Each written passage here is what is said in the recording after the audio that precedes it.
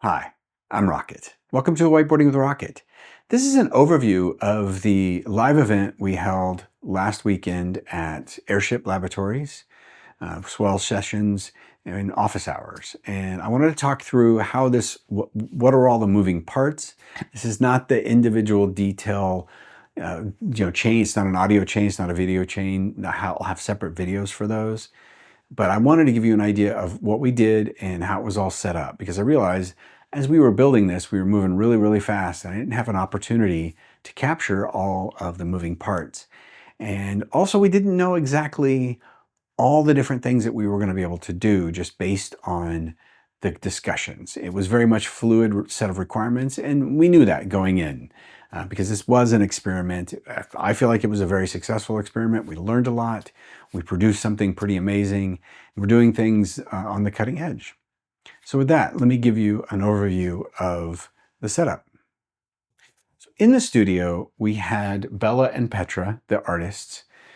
They had microphones and instruments that were getting captured into the Pro Tools setup that Elad ran. That's where the mix was happening and tracking and all of that good fun business. Now, Elad's Pro Tools setup now has a Dante feed out, and that Dante feed served multiple purposes for this. And that's a recent upgrade to the Airship Laboratories capabilities. That Dante routing, pretty amazing. It really unlocked a lot for us as part of this. So Dante has a feed back to the in-ear monitor system. This was an upgrade they made recently as well, where the Aviom system, which is a local panel, each artist can mix their own variation of their in-ear monitors, and that's now all Dante enabled. There was also a live mix feed that went to multiple destinations. That live feed went to YouTube, it went to Zoom, and it went to comms so that folks on comms could hear the live mix. We had a AVIO adapter. This is the Dante to XLR adapter that plugged into the video switch, and then that went out to program feed. That's how it actually got out to YouTube. That live mix also went to a Zoom room, and I'll cover Zoom room after I cover the video feeds. When it comes to the video feeds, there were 6 cameras in the room. There were 3 Ursa 12Ks and 3 Blackmagic 6Ks. We had a lock-off behind the scenes shot that was used quite extensively in between takes. It was a pretty cool shot. And then we had 5 other cameras that were operated. All of these cameras went to the Blackmagic ATEM Constellation 2ME. And from there, it went out to multiple destinations. One of the destinations was the in-room monitor, so a little display in the room where somebody can come up and switch it and say, I want to see a multi-view or I want to see a particular camera. It was very useful during setup and tracking what was happening in the room real time. We also had a lobby monitor set up, so folks in the lobby, especially during tracking sessions, where we really wanted to have everybody out of the live room. We wanted to see what was going on, if there's any feedback, if there were opportunities to adjust cameras, things like that. We also had the video going out to an ATEM SDI. This is a 4-port ISO recording switcher.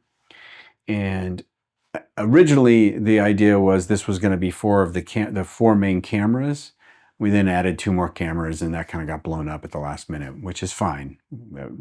But it also ended up being the program feed out to YouTube. And this was a gap on my part, realizing that we didn't have an external encoder. I have one here at my studio, and it did not make it to Airship in time. That will happen next time, so we won't have to repurpose a program feed on the ISO record for YouTube. So we'll have a second external encoder next time. We also have a HyperDeck Pro that's recording the program feed locally. Then we have a series of output that go to Zoom. And I want to talk about Zoom in particular because this was the second half of the overall equation for why we're doing this. So the first half of the equation of why set up video recording like this in a studio is you've got up and coming artists, you've got established artists who want to have both an audio and a video record of their studio sessions. That way they can take those and put them out on social media, publish them, make them after the fact, right? The making of, all that good fun stuff that a lot of artists have today. Well, we want Swell Studios to have that capability. And having a lot of this infrastructure in place makes it relatively straightforward to do a lot of that recording.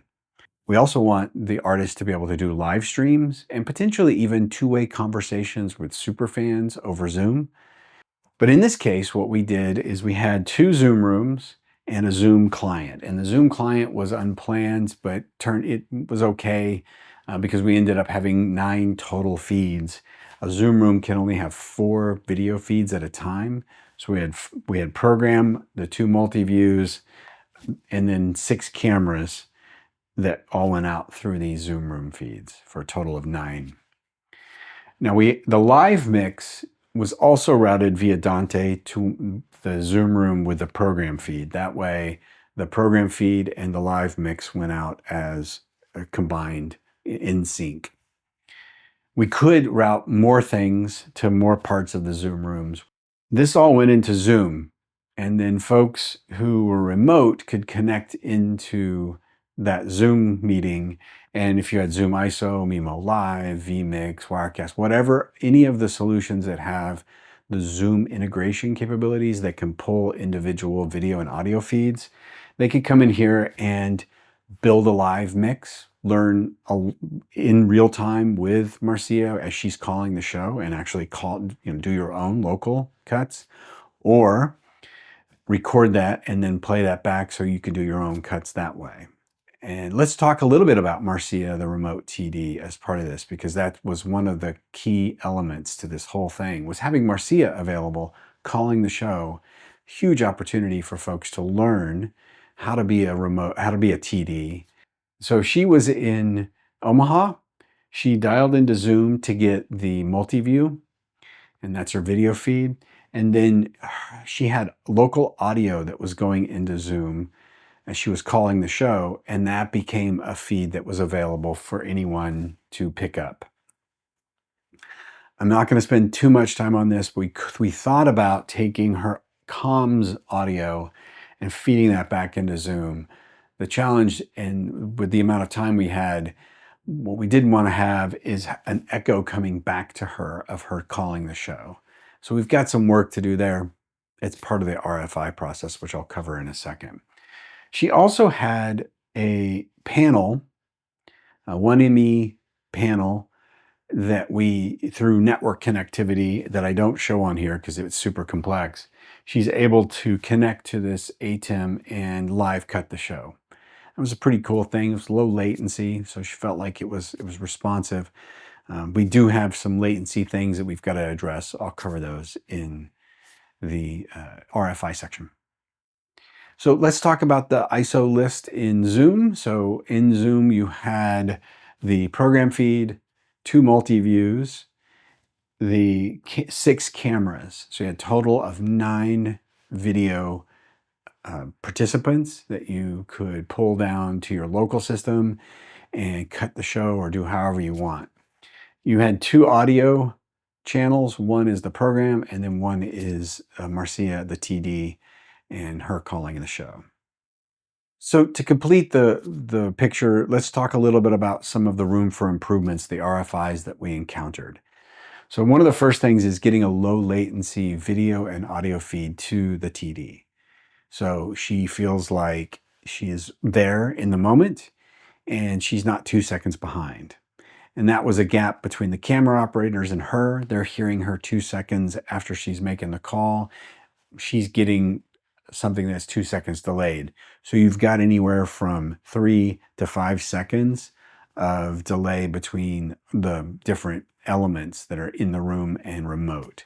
So how can we get something that's lower latency so she feels like she's hearing what's happening within a frame or two, and the camera operators feel like they're being responsive to her right away. So we've got some work to do there. We've got some ideas. We'll see how it goes. Tally for the cameras. One of the challenges is we didn't have that feedback to the cameras. And so people who thought they were on, didn't realize they were on camera, were making some moves that only happened a handful of times, but it was one of those things that, yeah, we need to make sure people understand who is live in the room. Getting an encoder for YouTube, I covered that earlier, where we had to repurpose the ATEM SDI as the encoder. We want to have a separate encoder so that we don't take up one of the ISO records. Making sure that we get all the cameras ISO recorded locally. And of course, the cameras themselves are going to record, but if we had something like an ATEM or HyperDex that can record all the different cameras, we have something that is a bit faster to move around than having to remove media from the cameras and move that around. Now, of course, some of the later Blackmagic cameras have network connectivity, and so we could actually connect directly to the camera and pull the video feeds. And then there's even cameras that have camera to cloud direct. That would be nice as well. So we've got a handful of things that we can do there. But first step is having ISO local records so that we have everything on site and we can pull that very quickly and start doing things with it. That's a big one. Then audio mix for the TD in Zoom. So as Marcia opened up her microphone in Zoom and started calling the show and people hearing it, there were a couple of different challenges. One of them was the microphone setup on her Zoom client. We need to optimize that. It was a little rough, a little roomy. There was some echo cancellation potentially that was causing her voice to get chopped up.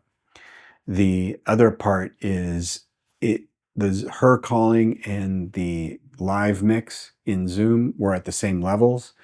And so unless you had some way to lower the live mix from her, it was really hard to hear what she was saying.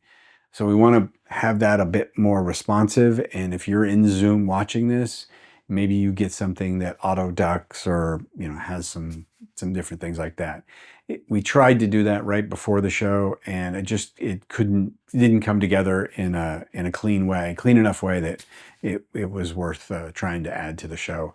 In this case, because it was an isolated audio feed for people, they could pull the record and separate that mix.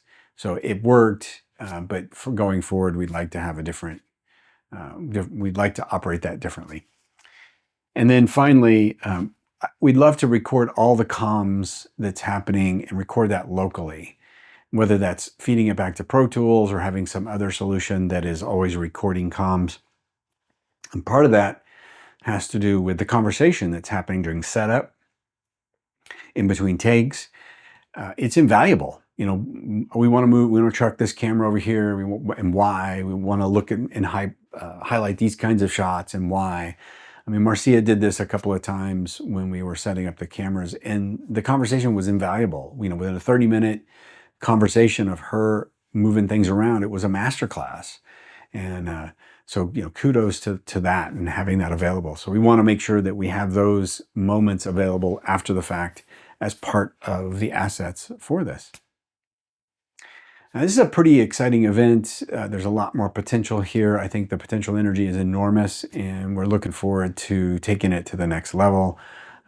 But with that, I'm Rocket, and this has been another Whiteboarding with Rocket.